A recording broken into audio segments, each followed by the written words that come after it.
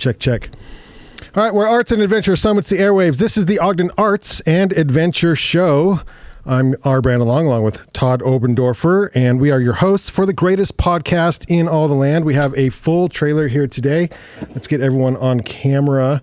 Let's go camera four. Okay, so representing arts, we have Reba, Nissen, and Michelle Tanner, Ogden Friends of Acoustic Music, otherwise known as OFOAM.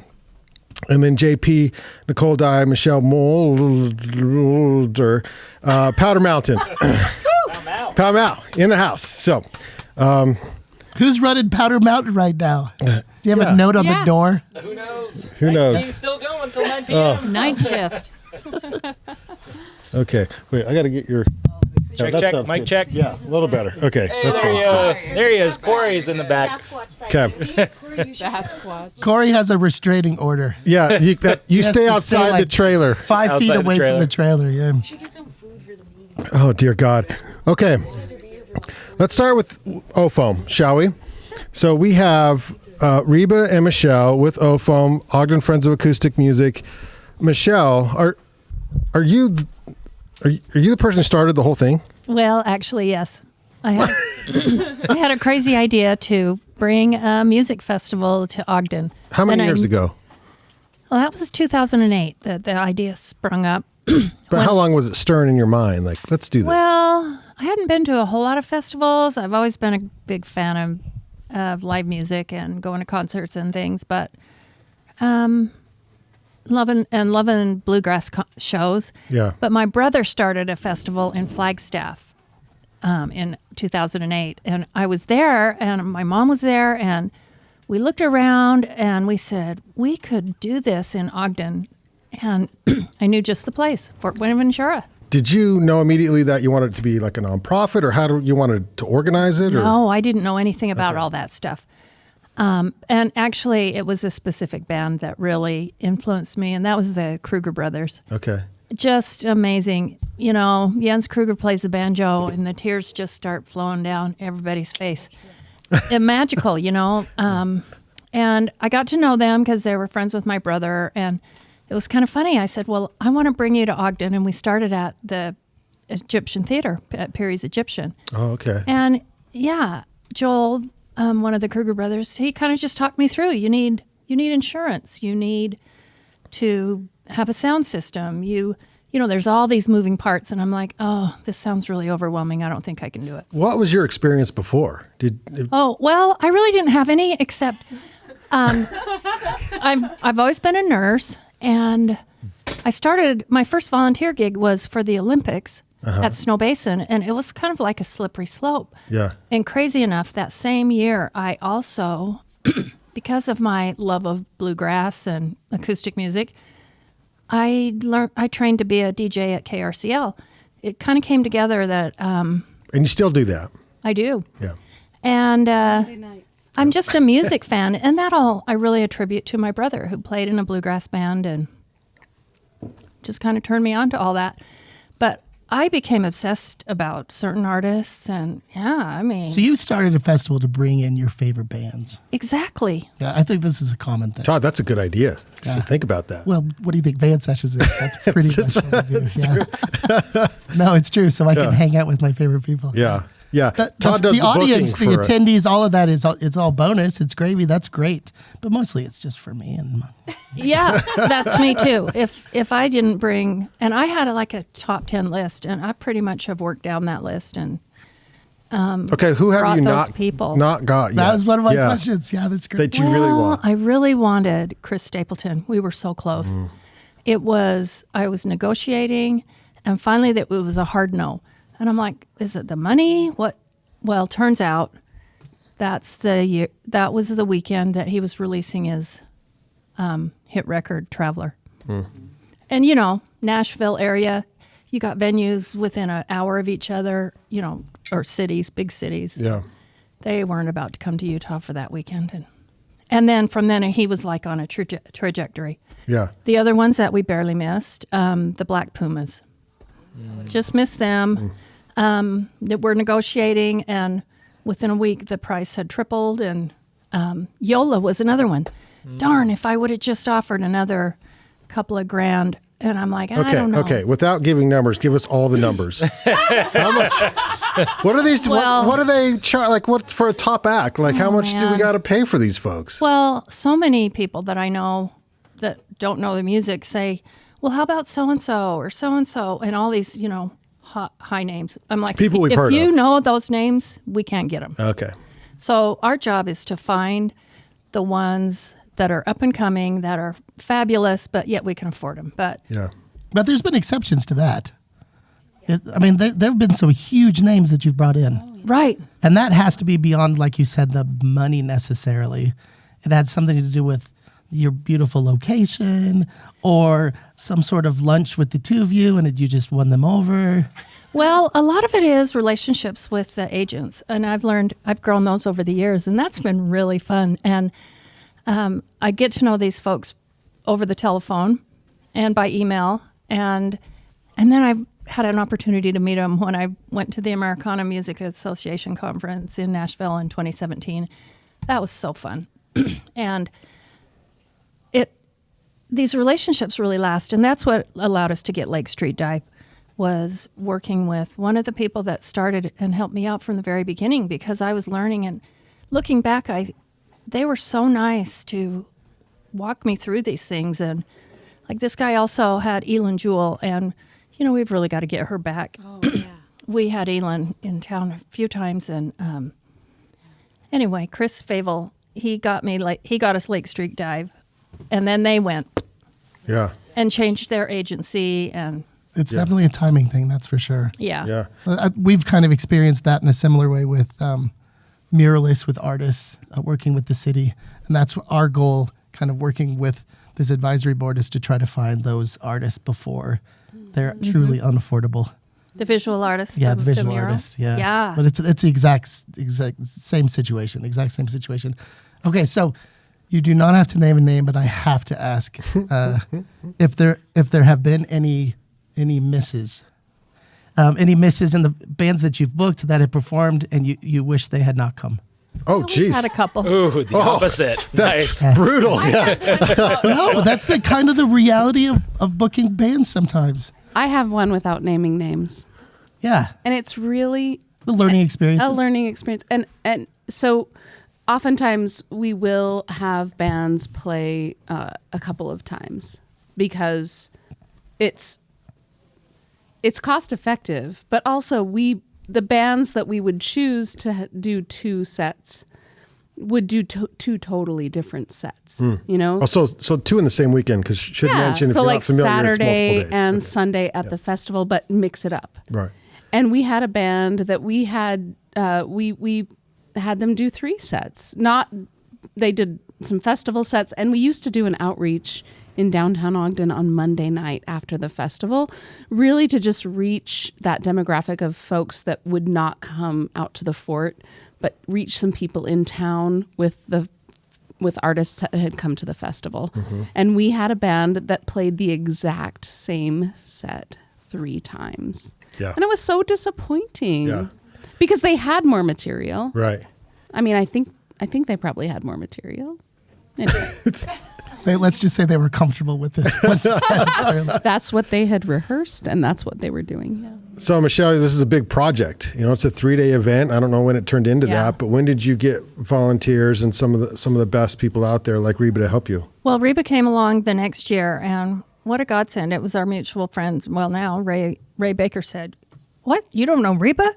And you've got to meet Reba." And really, That's Reba what just everyone came in up town and says said, about you. I It's know. so true. Yeah. because it really was kind of a solo thing. I had my mom's women's council at McKay Hospital helping me do a hamburger truck. They were amazing. Wow. And and it was one of those people, Nikki Lovell, who worked with United Way, and she said, "Oh my gosh, we can write grants. We can write grants under the umbrella of United Way," and oh my gosh, that opened so many doors. And Yeah. we learned how to be grant writers. I think a And moment for Nikki. Thank you, Nikki. I know. That's a huge first step. That just you use the word grant and grant writing. That's like a big hurdle. Yeah, and it was intimidating. And by 2 years later, with Reba's help, we became our own 501c3. through the 25-page application to the IRS. And does it take like a year to approve? yeah, I want to say it took longer than that. Because we Like got 18 it months. in 2011, so yeah. Yeah. So working hard all the time, and the moving parts, I mean, marketing, and over the years, it's like, wow, I think I wasn't even 50 yet, and I had a lot of energy.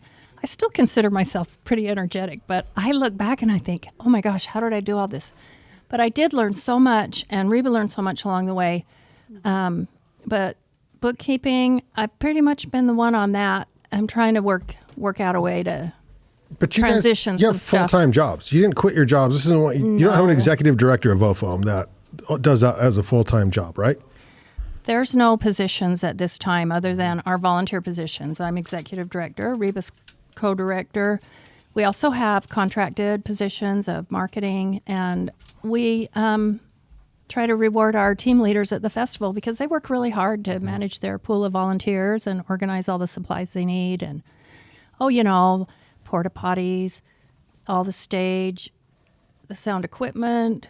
Security. Yeah, Security. security, all kinds of things. And When did you guys bump to Fort Benaventura? well, we always were there. So we just had the one concert at Okay. Perry's, and the Kruger brothers were so popular. We had 400 people there, which is pretty good for Perry's. And the Kruger brothers were our headliner at our first festival, and that was wonderful too. Yeah. And we had Claire Lynch and Elin Jewell and some local bands, and it was kind of a hit from the beginning.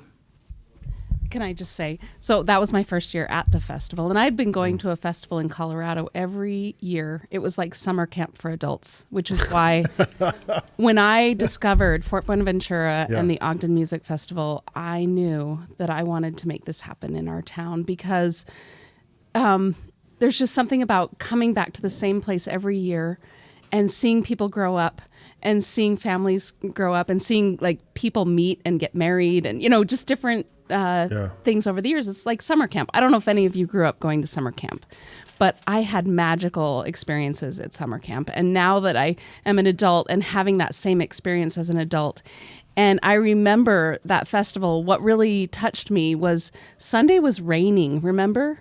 Like a downpour. I'm going to jinx it. Somebody knock on wood. Always had good weather? We've had amazing weather Yeah. that weekend, but that particular 2009, there was a downpour on Sunday, and everybody huddled under the Bowery for the Kruger Brothers set. And there was not a dry eye in the house, not because of the rain, but because of the magic of that moment. And we were all just huddled together. And there's no money that Yeah. for that experience. And that's when I was like, I'm finding Michelle Sold. and I'm going to say, you are stuck with me. And I've just been like a junkyard dog ever since because this has to happen. So Reba, what's your role? I'm the co-director. Co-director. Yeah. And so Michelle and I both work on the fundraising, the grants, and the booking and the just basically taking the lead on all the moving parts. And it's been an amazing learning experience. So RAMP is involved, right? Yes, they are an amazing support for us, as well as Ogden City Arts, as well as Utah Arts and Museums, and the West Staff, which is the Western Federation of the National Endowment of the Arts. So we got a lot of good funding, government funding, plus a lot of foundation support, and local businesses in Ogden are amazing to support us. So yeah, we have. Do you have drives, or how do you if someone just wants to give you money, how do they? Now's the time, right? Like end of year giving. Okay. Because we need it. What we're finding is that all the costs are going up of doing business, and COVID kind of changed the landscape for producing live events. Yeah. Suddenly, Live Nation just exploded. Suddenly, Post Fontaine just exploded. Yep. There are these huge corporations who are focused on the bottom line of making money at this, and here we are with the heart and soul of art and music, and we're really struggling to keep going, so we need that support. So I lost my camera. So how many musicians or artists can appreciate that side of it when you go to book them and are willing to maybe take a discount or something and perform? That's interesting you say that. We haven't really been able to experience that. And we think, yeah, this is a great place. This is a beautiful place. And the musicians who perform at our festival, they want to come back. However, it's hard the traveling is hard. It seems like we're close to Denver and California, and we like to think, on some kind of a routing path. But the truth is we're an island in terms of truly all those getting locations here. are close when we're going to them. Yeah, when we're going to them. Sometimes when you're coming this direction, that distance is much bigger. I think when people are traveling through. I think that when it comes to booking the artists, I had a question as well. How many at this point, because you have gained incredible momentum, musicians love playing out there, how many musicians are reaching out to you in comparison to how many bands you're reaching out to? And musicians? A lot, and it's overwhelming. And we've gotten to really, our best way to screen them is to be able to see them live. If we can't, and those are lessons we've learned on the ones that we were sad that we booked, was we didn't see them live. We just went on the word of whoever. But it's not always easy. And so as much as we like to find these up and coming new names, it's hard. And we're working on it right now. But we always want a good, strong name. We like to have a legacy artist. Some of the legacy artists we've had over the years, Mavis Staples. Okay, how'd that happen? Robert Earl King. I wanted to hear the rest of your stories, but I want to hear how Mavis happened. Well, that is the legacy for a lot of people that live here in Ogden. right, and And sadly, I was there type of situation. Oh, good. Yeah. Because a lot of people didn't go. It was kind of poorly attended. I was there. Really sad. And there's but- plenty of people that I know, even if they weren't there. Oh, I was there. Oh, I was there. Yeah. So I believe I put out an inquiry, and they were just really, really responsive. I thought she was going to be out of reach. I really did. And truly, I think I paid most for her than we paid for everybody else. But we thought it was going to be more. And she was so gracious and so genuine. And when she said on stage, I've heard about this festival, and finally we get an invitation. I was wondering, are we ever going to get to play that festival? Yeah. And that was so wonderful. And then to meet her backstage, she took both my hands and just sincerely said, "Thank you so much for having me." And then after you stopped crying, I know. Did she say that? It was delightful. Right now. She got in the car and left. But And I just want to say that month was her 80th birthday month. And she played 4 shows on the weekends, right? So she played New York, Los Angeles, Nashville, and Ogden, Utah. We're going to need to turn that into a T-shirt. I know. It's like a bumper sticker, Yep, right? Like yep. Moab, Paris, whatever. Mavis. Yeah. And then the names. yeah, that was really great. Sometimes it's hard convincing, or sometimes we don't get a response. Some people don't recognize that it's a cool festival, but the agents I've been working with are pretty well known, and it's hard. It's hard to ignore the ones that are beating your door down, because you don't want to say no, and you don't want to say no right now because you kind of want to wait and see how everything falls out, because there's a real structure to it. Friday night, we try to have that kind of a rockin', and this year it's actually going to be a soul night. We can't announce yet, but Okay. it's going to be really fun. But everybody knows you can't have a whole weekend of bluegrass music, but that's what they do on the other side of the Mississippi. And these old traditional, we kind of started out a little bit like that, but we're in Ogden.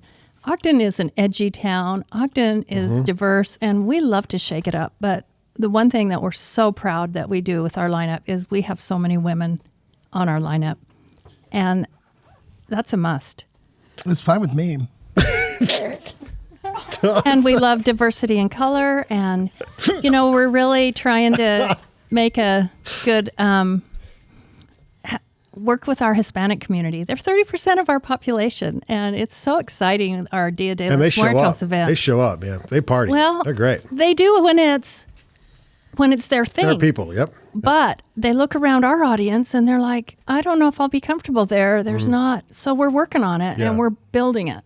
Well, speaking of comfortable, Todd and I have been able to hang out backstage just a little bit. Thank you so much for inviting us with the van. Great to have you. And there's a whole art to how you treat the artists backstage. And so do you get feedback on that? You've inspired us. Yeah. Just the studio itself, it is a thoughtful, strategic, deliberate the choice food, that you've made. it is awesome. Can I just, so we look at this and there are other festivals. So some of doing the research is so fun. Like Michelle said, we want to be able to see these artists live. And we've been to some amazing festivals this last summer even. And it's been inspiring to see other backstage, but also to know that we rank among the best, and our artists do give us feedback about. Do you have little cards they fill out? How did we do a survey after and we get that feedback. Yeah. But the one thing I'm going to add this year, because everybody always asks, is do you have any paper? Do you have a pen for set lists? Right. Well, we went somewhere and there was a set list station backstage, and it was awesome. It was like, yes, we need a set list station backstage, and people could just go up and write their set list, and they're good to go. Right. What was I going to say? Oh, anyway, Reba's been behind that, building that hospitality, and we've had different influences throughout, but we've got Lena Morgan now, and she is the bomb. She's wonderful. She makes a great vibe, and we provide. She's front of house, so she knows how to treat the back of house because she's been front of house for so long in her life and job. Yeah. Yeah, she's good. Yeah. So, but Reba's been a driving force with the hospitality, and so I get off and do finances and set up some of the setup stuff and contracts, and the Reba's more stuff. on the sexy the stuff. hands-on. Well, no, I wouldn't think so. Say that, but Reba's the social worker. She takes care of a lot of like the hospitality stuff. Plus, she's the musician liaison with all the details about hotel rooms and travel and what are their dietary needs, and that's a huge. And still going strong. Thing. Made it through COVID because that was weird and rough and everybody hated that. But we're back. And then, so what are we doing in 2023? We're back on the regular schedule and everything, correct? Well, pretty much. And we did this fun report because we wanted to say all the things we've put together. Yeah, hold that up. And I'll take some pictures of it. You can see this on the YouTube if you're watching on YouTube. Yeah. If you're not, if you're just listening to the podcast, watch on YouTube because you can see the visuals. And it's on the website, yeah. Okay. So it's a little more than a year because it's when we came back from COVID, which was fall of 21. So we'd postponed our June festival 21 to fall. And then we turned around and did another festival in June.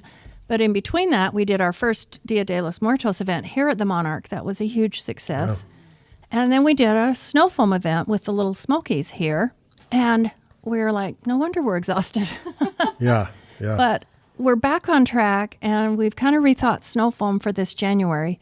It's just kind of snuck up on us, and we're relooking, is that really our best? It was always designed as something to do when things are kind of slow in January, and a thank you for our sponsors. And it hasn't always been the best attended, and it's a whole nother big production. So we're bypassing that this year, and we'll see what. But we do have Dia de los Muertos coming up again in October, and our festival dates at Fort Buenaventura are June 2nd through 4th. Okay. Don't take vacations to Disneyland this year, Todd. Yeah, Todd. Where I was last year. Oh, I hope you guys can be here. That was me. Be there. I'm really sorry. Yeah, we couldn't make it. So it's always the first weekend after Memorial Day. Yeah. So just mark it on your calendar now, every first weekend after Memorial Day. And I do love this. We have families that come to the festival every single year. It's like their touchstone. Which is my summer camp for adults theme, right? And so they come to the festival every year. It starts their summer off. And we had a little boy who his mom told him, well, we can't go this year because we have a wedding. And he was like, Mom, it's the Ogden Music Festival. We have to go. And she said, well, if you can find a friend who's going, you can go because kids 16 and under get in free. Yeah. And so he found a friend and their family took him in and they went. And then I saw his mom on Sunday. She didn't have a wristband. So I just said, can I help you? And she said, I'm just waiting. I'm picking up my son. He was here all weekend. Yeah, no, but it's kid friendly. Oh, yeah. And so one of the things we want to make sure is that kids get instruments in their hands.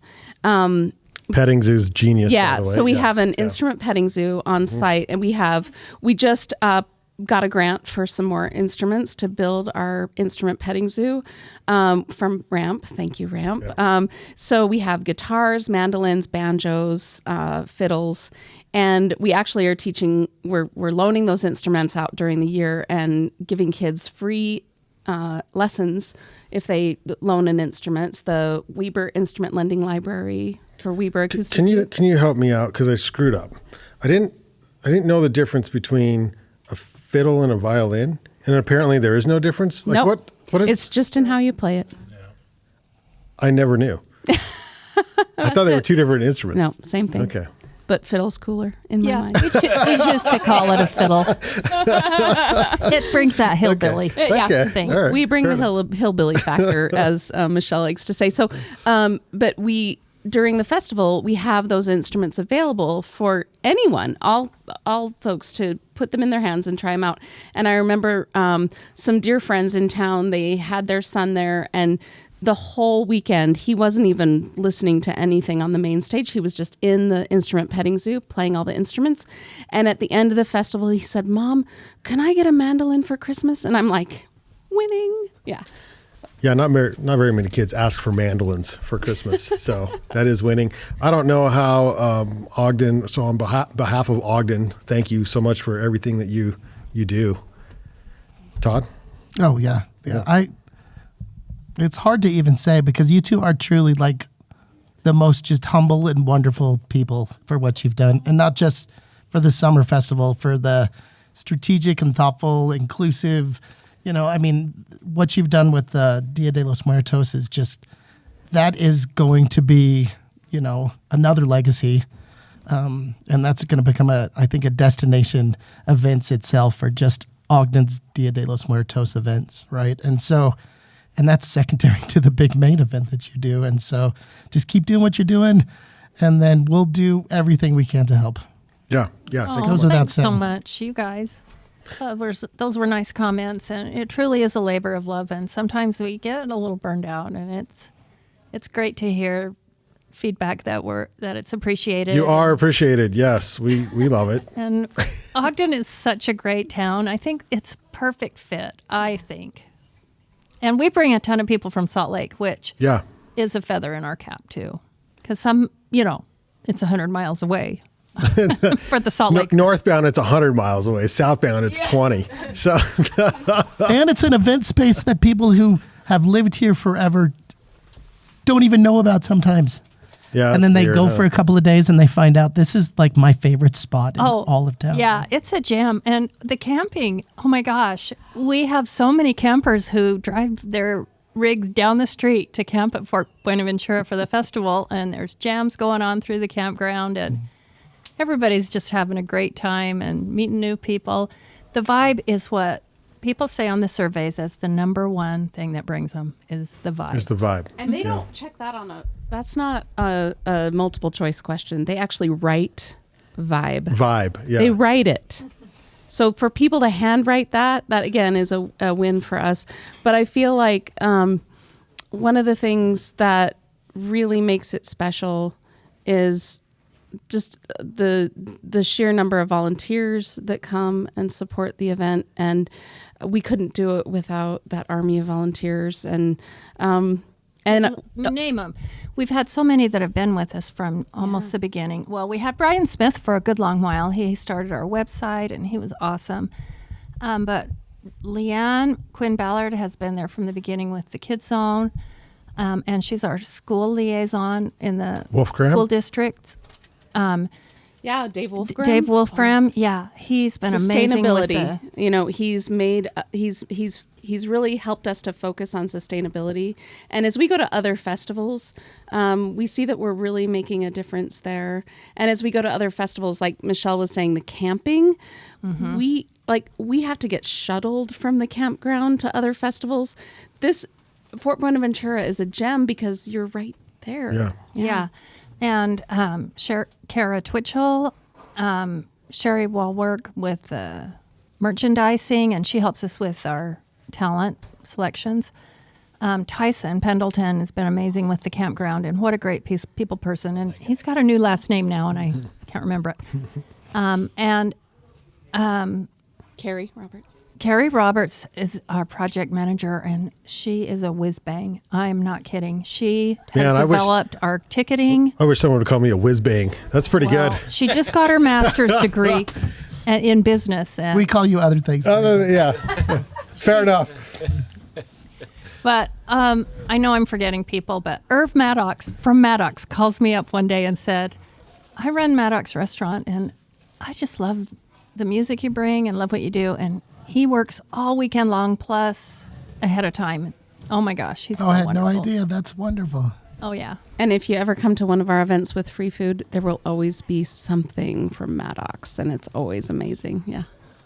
Oh, I How about love that? so much? And you touched on it with the camping. We can find out and share all of your experiences with all of the bands that you book. But what happens around those fires at night? You can't explain. We can't talk about that. And I don't think we can legally talk about it. Yeah, exactly. That's definitely what's. Kids are in bed. When it happens there, it Kids are in stays there. Yeah. I will say, though, that we just created a everyone friendly jam space at the festival. It's called the Music Jam Camp. It's 24/7, and it's chaperoned. It's supervised. So people can be safe to have their kids go there and jam all hours. And we have artists from the main stage scheduled for 30-minute blocks to just go. So you can actually jam with artists from the main stage, which is really cool. Yeah. And the workshops. Yeah. Oh, we could go on and on. The workshops are some people's favorite parts, and we put a lot of planning and thought into that. And these guys in an intimate environment are just amazing, and it's really memorable. It's a weekend of fun. It's always that first weekend after Memorial Day. So put that on your calendar now. Don't miss OFOAM. And all the Reba, other Michelle, things. yeah, thanks so much. Thank you. Thanks. Speaking of Ogden institutions, Powder Mountain is also in the house. So, And we've just run out of time. yeah, Sorry. And we're done. and we're done. But to bandwagon off, they were just talking about Brian Smith and booking music, helping out, and he does so much work for us also, and we have a great lineup. Sorry for my ignorance, but when is this getting released? Tomorrow, Wednesday. Tomorrow. Yeah. Great. Yeah. So I mean, we dive have in. music all next week. Powder Keg, Bower Lodge, and obviously Brian that helps out. OFOAM also helps us out too at Powder Mound, and probably should get that guy on at some point too, because he kills it with the Brian? music. Yeah. And because he kills it with the music in Ogden, and he's a great help at Powder Mound. So we're excited to have music this whole holiday week. Trying to get people in the Powder Keg and having fun after a Powder Day. But yeah. I love it. Okay, so we have JP. JP, what's your official position up at Powder Mountain? It's too long, but I'll just say I hang out at Powder Mountain a lot, and I've been there for a long time. Okay, but we're more on the marketing side of things. I'm on the marketing side, operations, yep. Okay, and then we have the two. Thanks for sitting in front of Old Faithful there for us here, ladies. We have Nichole and Michelle. Nichole, what's your position? Your official position? Ooh, I'm much longer than JP. Right. Am I not even on? Yeah, you got to go right. You got to talk into that thing. Yeah. Got there you me? go. Oh wait, time out. Let me turn you up. Now try. Hi. There we go. Yeah. There we are.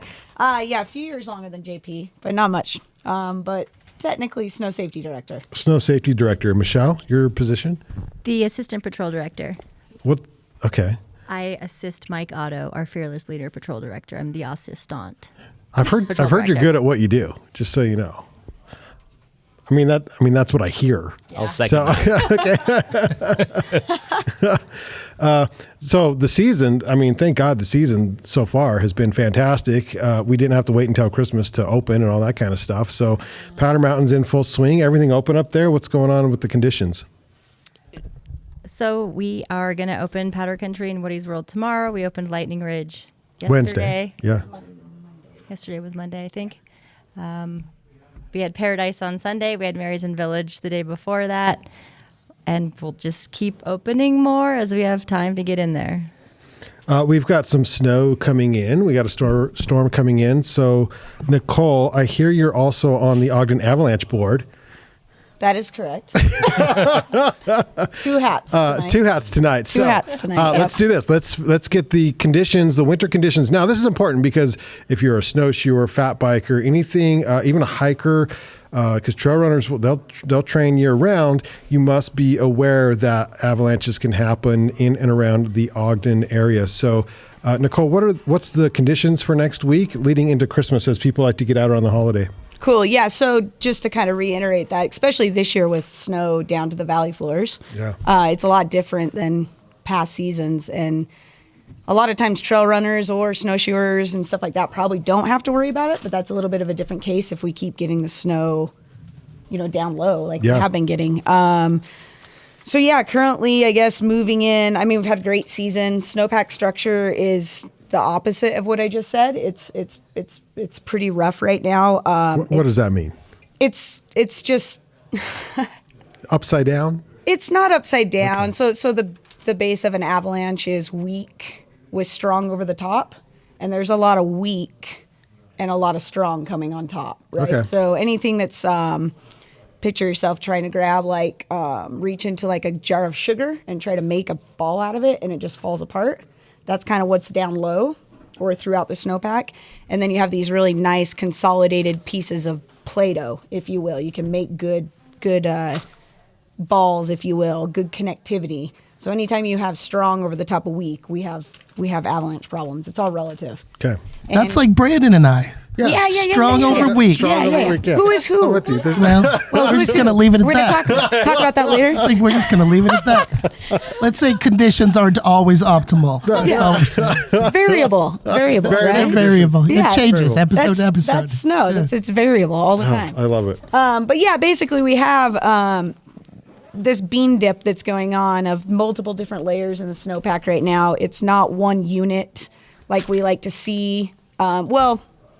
Like skiers like to see, I guess I should say. Does that affect your job on the daily? Absolutely. Okay. On like the minute, on the hour, okay. on the Okay. it's constant. Yeah. Okay. Yeah. So I guess moving forward, we're rolling into our 11th or 12th storm of the season, if you will, big storm of the season starting tomorrow morning, kind of through tonight if you want to count the winds. But everybody only cares about the precip. So and that would be Wednesday because this comes out Wednesday afternoon. Oh, I'm so sorry. It should be snowing. Yeah. As you listen to this. Correct. Yeah. Should be snowing as you're listening to this. So, by Wednesday morning, we're looking at having precip starting around like 6 a.m. and it should last through kind of into the evening time, maybe 5 or 6 p.m. So it's a really fast moving, relatively speaking, quick hitter, but very, very intense. Unlike last week's storm was slow and prolonged and long and no winds and just a nice long storm. This is going to be really intense and really fast. Okay. And I would say we're looking at anywhere from, I like to focus on water. It probably bores people, but somewhere in the 0.45 to 0.76 inches of water, which is going to. So Todd pointed out I don't mean to interrupt you, but I did interrupt you. 7 to 10 inches of snow. Let me interrupt you. Todd pointed out when Corey did the update that he used centimeters, and that was really confusing for us. So you went to inches. Explain. Okay, well, the rest of the world does work in centimeters in metric, and in the United States we work in inches. So maybe Corey was trying to impress you or something. I don't know. I don't even know. Where's Corey? I said both. He's supposed to go get a pizza for me. So. I like both, but I realize most of America is inch driven. Yeah. So when you're speaking, like if we're talking like in our crew at the ski resort, there is a lot of metrics used. Okay. But when I'm like presenting to like, I guess, a broader demographic, Sure. Then I'm going to roll to what. Okay, people you just switched it up, and I was like, "Well, what's going on?" Yeah, I'm probably going to roll to like what most people are familiar with. Got you. Okay. Yeah. Yeah. We okay? So how many centimeters is that? I can't What even is say it? it. I'm Canadian. 2.25 centimeters per inch. There you go. 0.5. 2.5, yeah. Okay. Yeah, 2.5 centimeters per inch. So I'll let you do the math. I wrote this in inches. So Okay. All right. Yeah, Sorry. Back to the. It's okay. Yeah. So around 0.5 to 0.75 inches of water, this would be a storm total, equate to 7 to 10 inches of snow. The big kicker in this storm, due to its intensity, is its winds, and we're gonna bump big time. They were already bumping when I left the ski resort tonight, and we're looking from like 11 to 3:30 or 4 tomorrow, with gusts into the 50s and 60s. And with that lower, it's gonna be into like the mid-teens, and then fall off into like the low 10. 11, 10, maybe even single digits by the end of the storm. So you're talking about a right side up storm, which is really good, warm to cold. That's really good for us. But that doesn't take much for that low density snow to blow around. So, do you see potentially shutting down lifts tomorrow? I'm not a lift maintenance person, so I would conjure with them, but 50 to 60 mile an hour gusts, especially at a west for us, is pretty bad. Okay. Marketing update. Marketing update. It's going to be a great day tomorrow. This is Wednesday. Double Resort's overhead. open. Double overhead. Straight from the west down the lift line. It's going to be a can go great to day. No, www. but actually, we're talking about Thursday day, right? Because this is getting by released Thursday it tomorrow will be. night. Yeah. Yeah. By Thursday day, everything will be open. Yeah. So you're gonna want to bring up grandma and the uncles and the Everyone's whole family. sunny Yeah, Thursday will be bluebird beautiful. powder day. Yeah. Yeah. Yeah. I love it. Okay. Yeah.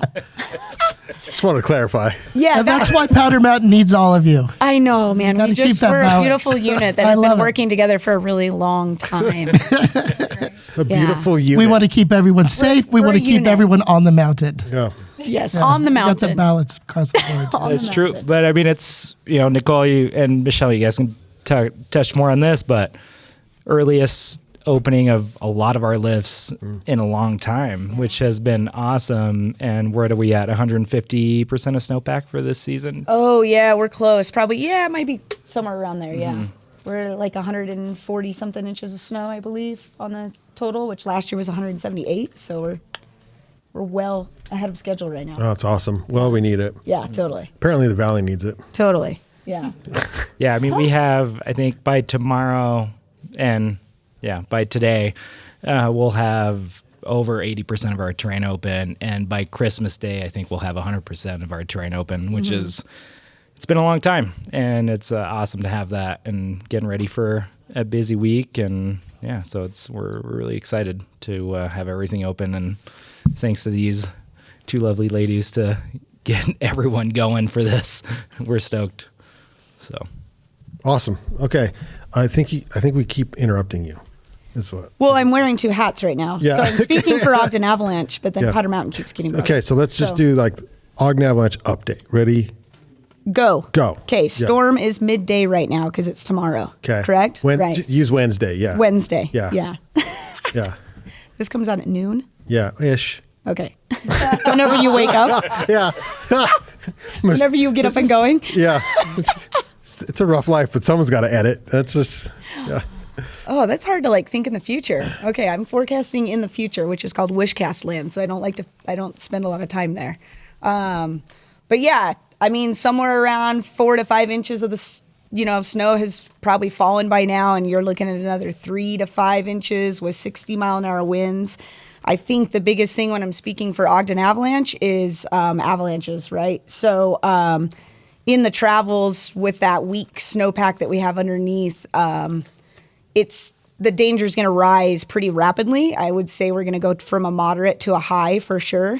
I'm not going to go over what that means, but it's a 2-level step and it's exponential. So it's something to be cautious of for sure. So travel in and or under avalanche terrain is a pretty big deal right now. You're looking at we have what's called a persistent slab problem right now, and that's our biggest issue. And that's those deep, weak layers. And I like to call them kind of sleeping giants. They take like these perfect storms for them to go off. And currently we're stepping into the phase in the depth of avalanches that they're nearly unsurvivable if you trigger one. And so yeah, anything, they can be triggered from a long ways away. We call that like remote triggering. So you may be in a flat, mellow area, but if you're underneath any avalanche terrain and collapse those layers, you're at risk of something coming down on top of you. I don't know if it's going to be enough water weight with just the storm, but I would say, like I said earlier, that the major factor is those winds. And those winds have the potential, 2 to 3 inches of snow can create like a 2-foot slab with extended winds. And so when you're starting to talk, when you're creeping into the end of the day with potentially 10 inches of snow, and then Thursday morning will be the same thing, these things will still be alive and well and present. You're talking potentially 3 to 4 foot slabs over the top of weak layers, and just waiting for someone to come across or underneath. And like I said, they'll be nearly unsurvivable. Okay, that sounds lovely. What about moving into a Christmas, because we have family in town and we all want to go outside and go like skiing and snowshoeing and get in the backcountry, do whatever. So take us up through next week, because the next update will be after Christmas. Yeah. Okay. Cool. So yeah, there's another system, and I have to be honest. I'm really just focused on tomorrow's system. It's a day by day basis right now. But there is another system that looks like to come into Christmas Eve. So that would be Saturday night, I believe. I don't have details on that, I guess I would say. But if we go through another storm cycle and Christmas is upon us and everybody's off work and the whole shebang is out there, the head on the swivel is going to have to happen. You know what I mean? It's the wind slabs will settle, the storm slabs will settle. Time heals everything, and that's just the way it is. Usually it's 12 to 24 hours on those kind of things. But the persistent weak layer is going to linger.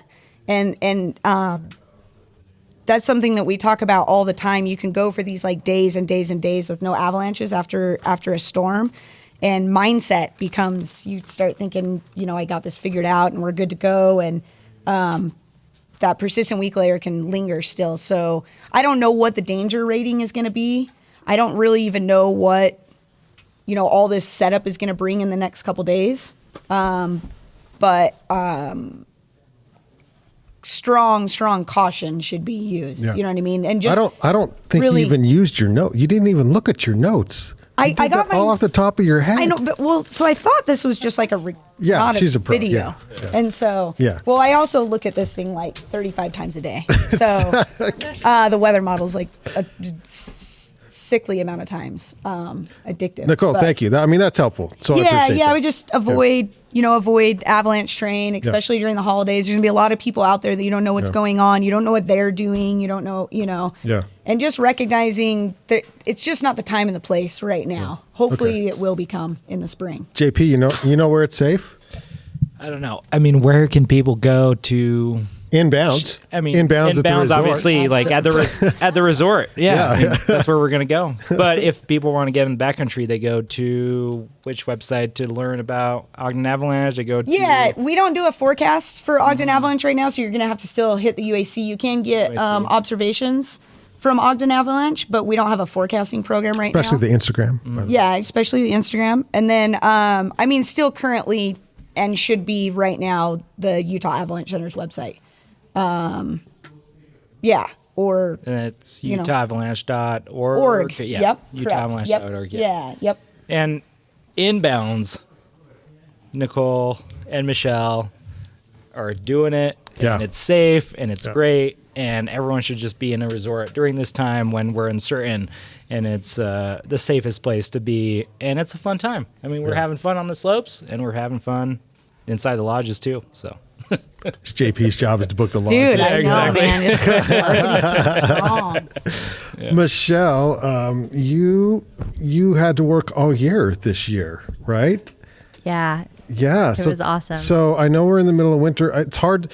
Do we even need to market snow? It's snowing. Everyone wants the resort is full. So just talk to me for a second about the first summer of mountain biking and you working year round. Oh, wow. Yeah. I would love to talk about that. Yeah. I can be very honest about it and be kind at the same time. I was so hesitant about taking over that summer operation. I just wasn't quite sure what I was getting myself into. And then when we were wrapping up the summer operation, I was very grateful. It was way cooler than I thought it was going to be. The product was good. The trails were good. The team worked well. There was like a really special interdepartmental relationship that was established because it was a smaller crew of the patrol working with the lift ops and the mechanics. And it was great. It was still expanding. When we wrapped it up at the end of September, the trail crew was still out there just making it bigger. And I think, too, like the environment that our patrollers worked in this summer, it was a different kind of patrol environment. And I think that all the patrollers that were there this summer have come out as stronger contributors to our patrol staff. Mm-hmm. We definitely had just like a different kind of relationship building with the patrol staff and the other teams as well. But yeah, the downhill park at Powder Mountain was really awesome. I had no idea what downhill mountain biking really was. Like I thought I knew what I was getting into. It was spectacular. It was so cool. I'm like super stoked on next year. That is so good to hear. Yeah. You get the full year to work with your staff instead of taking a full summer off. You don't see them and ramp back up again. And so it's not as long in between, the seasons, I guess. You get to work with them right away. Well, that and even though I had been patrolling for 10 years, I think, every year we do our medical refreshing stuff in the fall. And this year jumping back into the medical refresher, it felt so sharp because I had an opportunity to practice so much in the summer. Mm-hmm. So that helped. It was a totally new perspective on being at Powder Mountain. Even in Ogden, I hadn't spent a lot of time at Powder Mountain or in Ogden in the summer. So that part was way cooler than I thought it was going to be as well. Just getting to spend time in the medical stuff and in that environment, coming back into it, the area fam, new outlook on things. I'm so grateful. Like it rocked my world in such a good way. So what time of the year does it open in the summer? As soon as the snow melts, like June, July? I don't think we should commit to a date. Okay. For that at this time. Michelle, you have to start working on June 1st. June 1st. Oh, jeez. Winter figured out. Yeah. Yeah. Let's just make it June 5th. As soon as the snow, the Ogden Music Festival. as soon as the snow melts, we're going on the mountain biking. Oh, that's so funny. JP, it's wintertime, but we're jumping. I mean, it's almost Christmas. This is going to come out and it's Christmas and then it's 2023. So any events you want to talk about on the mountain for 2023? We got so much stuff going on. I mean, off the top of my head, the next week is packed full with events. We just opened up Bower Lodge in Eden. So those people that either are coming down from the hill or just in Eden, or we're at Snow Basin for the day and want to have a good time, can come over to Bower Lodge. It's just right next to Wolf Creek Golf Course. We have music there 2 nights a week. Obviously, the Powder Keg is going on 3 nights a week. And during the holiday... The tie-in with OFOAM and Powder, is that the same booker sometimes? Yeah. So Brian booked... Yeah, Brian books our great music, and I can go through the calendar, but we have great acts. Christian Scheller, local guy, that's done it for years, and everyone loves him. And Dizzy DeSoto, John Burroughs, Skylar Lutz, Michelle Moonshine, Morgan and the Mountain, Corey Mon. That's our lineup for... Corey Mon's coming up. Yeah. That's our lineup for the holiday week, so it's just going to be a blast. Strong work. Yeah, thank you. Yeah. It's the same guy. He does a great job. And then after that, January 7th, we have our Gromfest, 15th annual Gromfest, 12 and under competition, little race course, little slope style for the kids. We've been doing that forever, and it's such a great event. And please bring your kids, 12 and under. So happy that you have that. I just love that we're in that mode of like, how do we get kids to experience anything that's off their screens? For sure. And out in the world. Yeah. And we're both in there. So I love that. No, it's awesome. Yeah. Dave Jessup, rest in peace, started that 15 years ago, and we're still going strong. I'm on my 14th year, and, love that event. And then after that, we have a bunch more stuff going on. You'll have to go to powdermountain.com/events to check out the calendar. It's all updated. Everything can be found there. But what's new for events is the Bower Lodge in the Valley, and we're really excited to kick that off. We have Pizza and Pint starting this week on Thursday nights, Après on Friday, Saturdays, and Sunday nights, and then moving on to the week, the holiday week, we'll have burgers on Wednesday night, I believe, and we have a coffee shop too now, which is awesome, 7 to 11 a.m. every day, offering Daily Rise coffee. There we go. Our best friends at Daily Rise are serving up some coffee, and we have breakfast burritos and sandwiches on the way up to the mountain. You can grab the bus from there too, park your car at Bower Lodge, the Wolf Creek area, and it makes it really easy. I love it. Yeah. Do you ever Good do stuff. any cheesy 80s ski movies on the mountain? I mean, I personally do. What do you mean? Like, You dress up as an 80s I want us skier. all to get together and hang out and watch some of those old movies. That's what I want to do. yeah. I mean, we should. I mean, that'd be great. I mean, is there We a should do some space? Is there showings. some place we could do that? Bower Lodge or Arbor Lodge would be a great place in the valley. And, There's so not as many. far for What's your people to top drive pick, up. Todd? What's your top 3? Pretty much anything that's out here, that's been done out here. You have to do the better off Hot there at dog. ski patrol. And, Yeah. I mean, I wouldn't mind even. Wait, that Dumb What's and the top- Dumber of Yes. Aspen. Yeah, Aspen Extreme. You'd have to do that one. Extreme, there you Aspen go. Extreme's a good one. Yeah. Yeah. There would be no question we could go with some movies. It's Is another. this is what JP does. And is that what happens, ladies, when you walk into his office? Or, There's just a lot of like B-roll. yeah. It's Yeah, the what's going on? dimples. It's the dimples, JP. Okay. We got to get the footy for the boys. A couple more B-roll. events just to plug in Ogden Avalanche again. Yeah, And I got those. yeah. You want to jump in on the mic there? Yeah, actually, this is definitely for Ogden Avalanche, but also just our huge supporters like up and down the industry. Powder has become, it's a really good place for education. It's a huge place for education. It helps that we're private and we can allow like all this stuff to happen. But yeah, January 13th, there's a Backcountry 101 that's going to be hosted by Ogden Avalanche. So it's a Friday, Saturday. On the evening of Friday, I don't know if Corey's here. I can't remember if it used to be a Zoom meeting. It might be an in-person class now. In person? Is that what he's saying? Person, yeah. Yeah, Shaking, yes. Okay, in person on Friday night, and then there's a Saturday field session at Powder Mountain. So that's on January 13th, 14th, and then January 23rd through the 27th, we have a Pro 1 being hosted by Silverton. That's a little bit if you're going on like the professional track, but still a really awesome opportunity if you guys, if people want to get more education. January 27th, there's another Backcountry 101 by Ogden Avalanche, same format, Friday, Saturday. And then February 12th through the 17th, American Avalanche Institute is doing a Pro 2. That would be somebody that was like, they're making this as a career, right? Snow is their career. But it's a really great opportunity. I don't think it's a heavily advertised course right now. They're looking for like do professionals. What's that? Where do they go? Which website to find all the classes? Oh, I'm so sorry. Okay, so ogdenavalanche.org for the Backcountry 101s that I listed. Silverton's website is, I don't remember, just Google Silverton Avalanche. That is a face of confidence.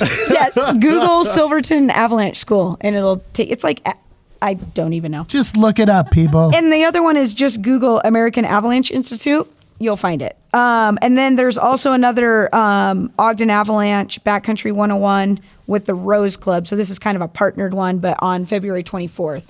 So I think we're up to 5 Avalanche courses this season or 101s.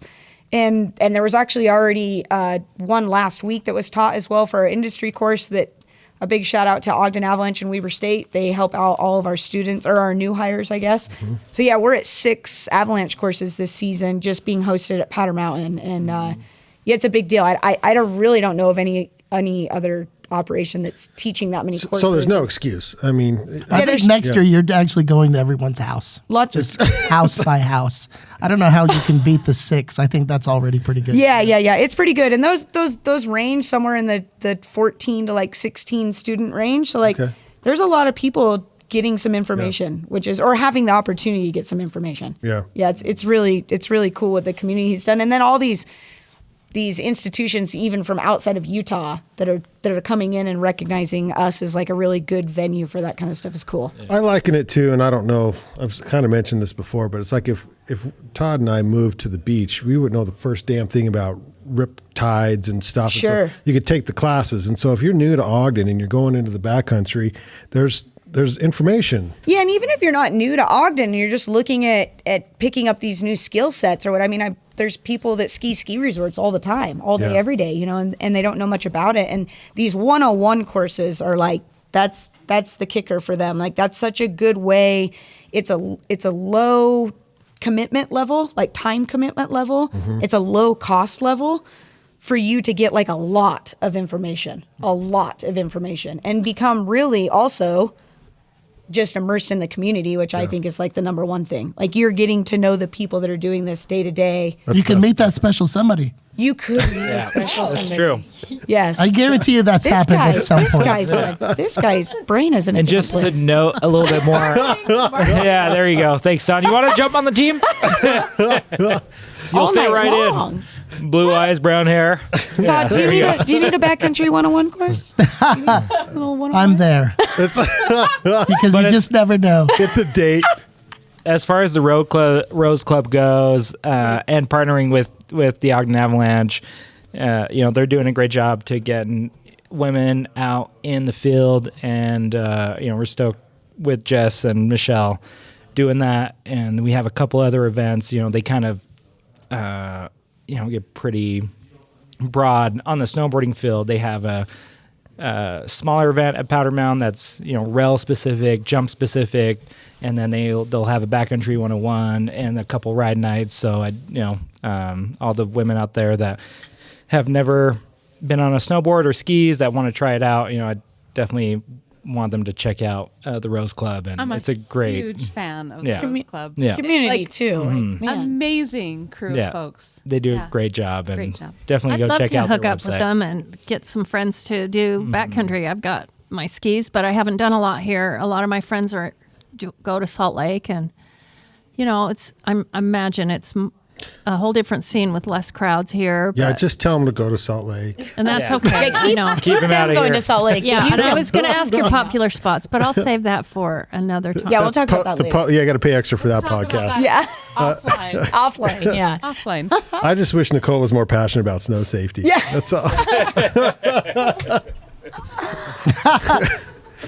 Todd, do you have any arts news? I do have one thing, but One you thing? get started because I got to pull it up. Oh, okay. I will then. Okay, so I do have. Oh, I do want one quick shout out to our gallery, our fans outside. You're going to have to tell me who's out there because I can't see out there. Yeah, we got posse people out there. Yeah. There's a But posse. but the idea with this new format is starting around 4:30 on Tuesdays.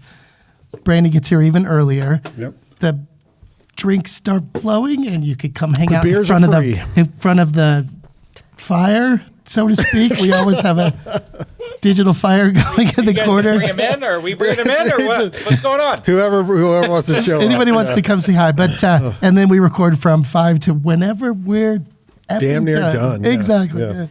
Yeah. Okay, so this week's news, I do have some news. Number one, it's too cold to ski. It's too cold to ski. Who said that? Yes, Montana. Montana said that. So Well, it's probably like 30 below down there. Or exactly. up So a Montana ski area to close on Wednesday and Thursday of this week due to extreme cold. This from Snow Brains. Where is this at? Showdown? Okay, yeah. Showdown Montana ski area said in a social media post where that Ian's it could be closed Yeah. Showdown. on Wednesday, December 21st, and Thursday, December 22nd, due to extreme cold weather. And I thought, how cold does it have to be? How about -20 to -30 to -45 and Yeah. -60 with wind chill? Yeah. This is our marketing manager is from that area, and this is the exact reason why he moved down to Utah. That's crazy. That's so cold. I mean, it's too cold to ski. Lifts will break. Lifts will break. Yeah, did you see the one gondola in Canada fell off? Canada? I won't take blame for that. Fell off its thing and before opening. Did you see it? It fell I off. did not. One of the Like the shivs or something? the one that's always in trouble. Yeah. The one that's always having Yeah, problems. that one. Okay. And then this was July news, but we should bring it back because Todd, I want to talk prepping for a minute. It's the end of days, and I want to make sure that we're all prepared. I'm not very good. I'm not prepared. Okay, well, we all need to have enough beer for the end of days. And back in July, We should start stocking up here in the studio. we should.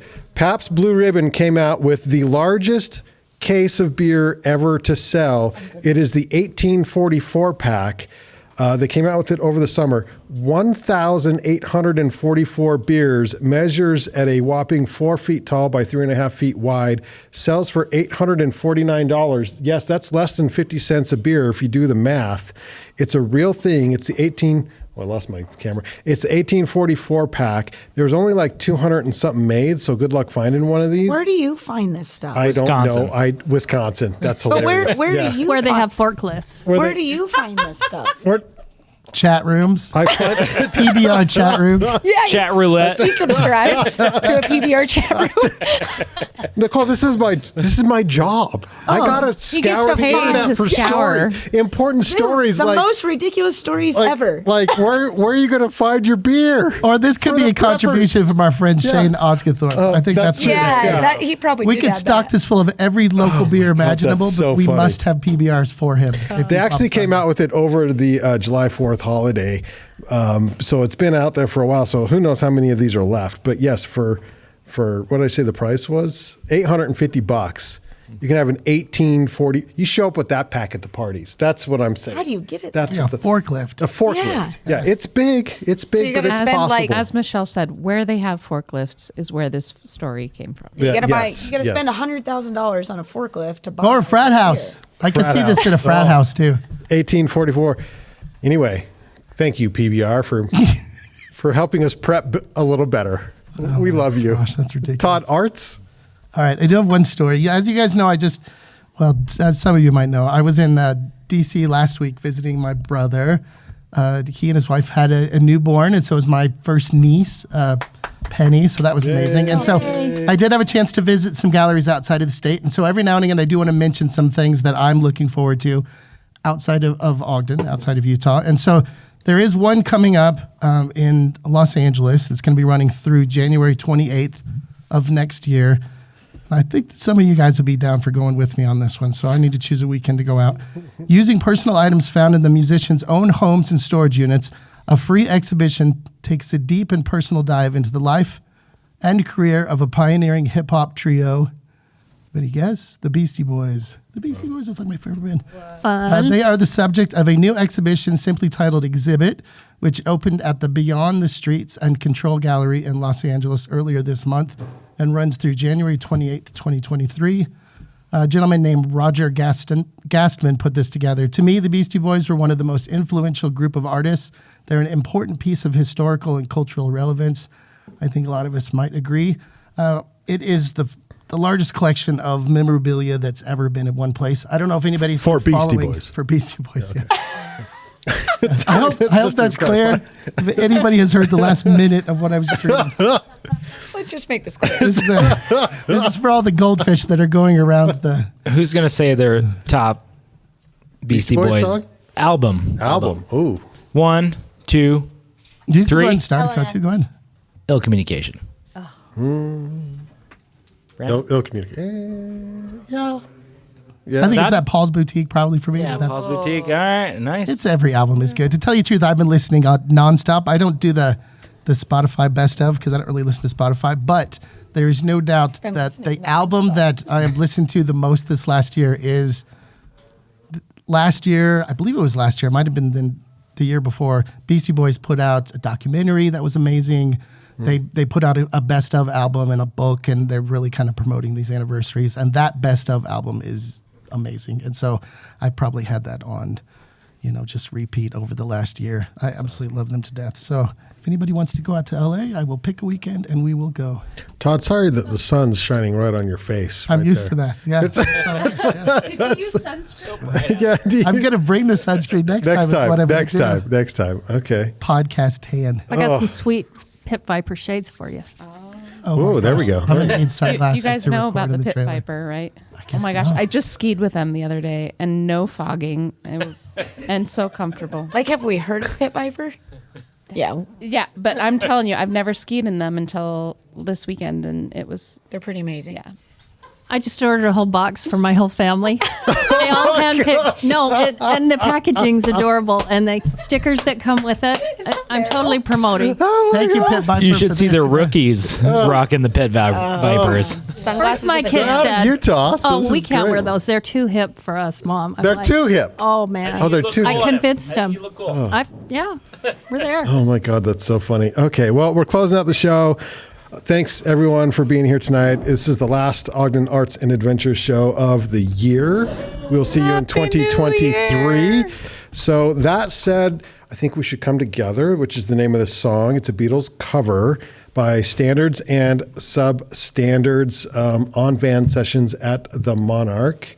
So we'll go ahead and maybe not bring this here. There we go.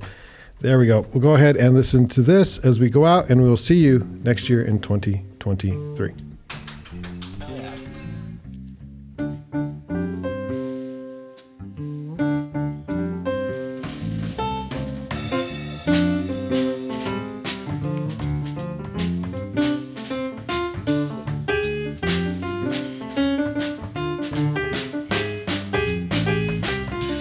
Here come a flat top, here come grooving up slowly. He got juju eyeball, he won holy roller. He got hair down to his knees.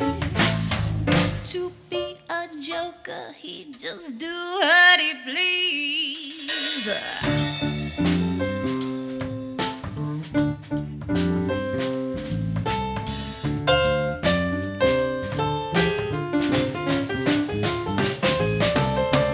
He wear no shoe shine. He got toe jam football. He got monkey finger. He shoot Coca-Cola. He say, I know you, you know me. One thing I can tell you is you got to be free. Come together right now over me.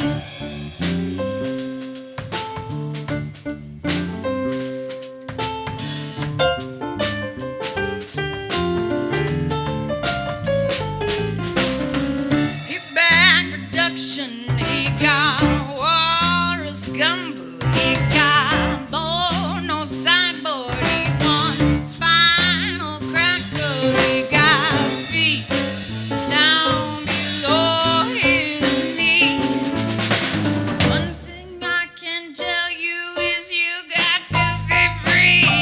Come together right now over me.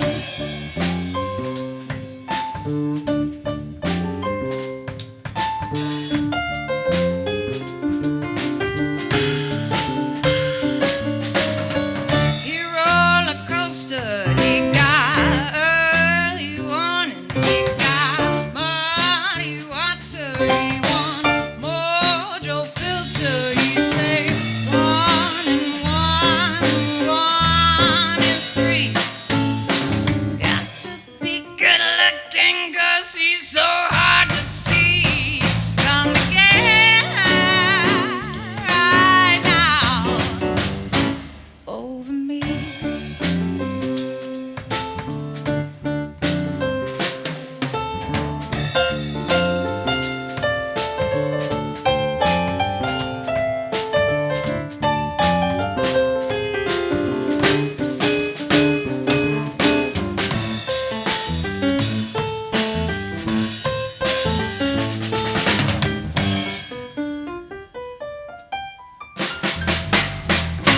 Come together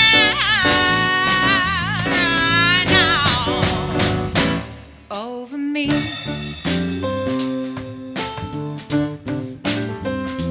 Come together right now over me. Yeah. Yeah. Thank you. Standards and Substandards on van sessions. Thank you.